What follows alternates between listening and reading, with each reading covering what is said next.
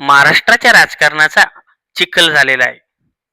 महानगरपालिकेच्या निवडणुका जाहीर झाल्या असून सोलापूरमधून भयंकर अशी बातमी समोर येत आहे. यामध्ये बाळासाहेब सरोदे हे मनसे विद्यार्थी सेना शहराध्यक्ष यांचा त्या ठिकाणी मर्डर झालेला आहे. दोन्ही गटामध्ये हा वाद विकोपाला गेला की त्यांचा त्या ठिकाणी खून करण्यात आलेला आहे. कोणी केला त्यांचा खून?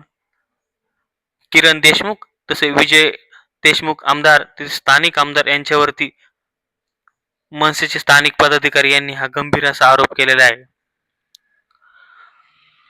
राजकारणाचा चिखल झाला असून महाराष्ट्र हा बिहार राज्यासारखा झालेला आहे.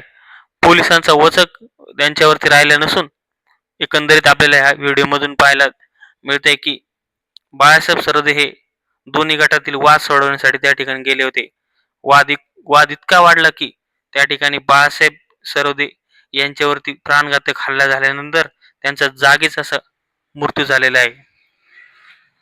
एकंदरीत पोलिसांनी आरोपींवरती तात्काळ कारवाई करावी, तसेच तेथील आमदार याच्यावरती पण कारवाई करावी असं स्थानिक लोकांचं म्हणणं आहे.